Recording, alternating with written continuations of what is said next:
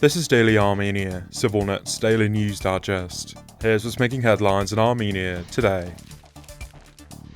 The Armenian government today approved an investment program to complete the long unfinished upper section of Yerevan's Cascade complex. Presenting the plan at a cabinet meeting, Yerevan Mayor Tigran Avinyan said the project's goal is to restore the cascade to its original architectural vision and create a seamless connection between the city centre and the observation deck located further uphill. The project draws inspiration from the ideas of its original architects, Alexander Tamanyan and Jim Torresyan. According to the plan, the upper section of the complex will include a concert hall, an art museum, and vast public areas. Avram noted that the upper section of the cascade has remained unfinished since around 2007 and has long been a pending issue. A new architectural competition was conducted to select the best design for the site in February. The winning company, GTB Development, committed to invest more than $50 million. The Cascade is a massive terraced architectural complex in Yerevan, envisioned by architect Alexander Tamanyan in the 1920s as part of his master plan to connect the city's centre with the high elevated district to the north. Construction began in the 1970s under the leadership of architect Jim Torresyan, featuring a grand staircase, fountains, and green spaces. An interior escalator allows visitors to ascend the structure, while the Kafesyan Center for the Arts, housed within, showcases contemporary art exhibitions. Today, the unfinished area between the observation deck and the steps is an abandoned, littered space, with only the original construction piles left behind. For decades, various plans to bridge the gap and fully complete the cascade never materialized. Ruben Vardanyan, a billionaire and former cabinet leader of Nagorno-Karabakh, has formally refused the services of his Jewish Azerbaijani lawyer, Avram Berman, citing systemic violations of legal norms and an inability to adequately prepare a defense.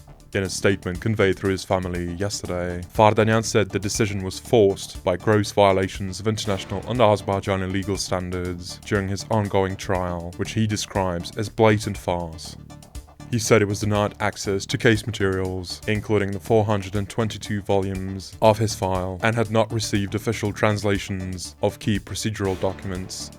Vardanyan added that he could not freely communicate with his lawyer or review audio and video evidence needed for his defense. All my previous motions were ignored by the investigative authorities and the court. Important requests by my lawyer, essential to a fair process, were also left unanswered, Vardanyan said. He also criticized the court for refusing to summon witnesses who could clarify facts critical to the defense, describing the trial as lacking objectivity and fairness. Over time, the situation has only worsened. In this theatre of absurdity, the role of a lawyer, regardless of their efforts, is reduced to creating the appearance of legality. I refuse to participate in this farce.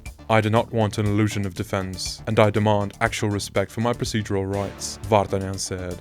He added that he does not have another lawyer and has no objection to the Azerbaijani state appointing one for him. Vardanyan, who briefly served as the head of the Nagorno-Karabakh Republic cabinet, has been in custody since October 2023, following his arrest by Azerbaijani authorities.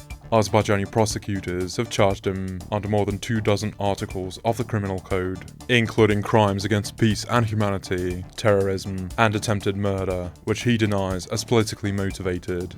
Several other senior officials of the now-defunct Karabakh Republic, including 3 former presidents, are also on trial in Baku.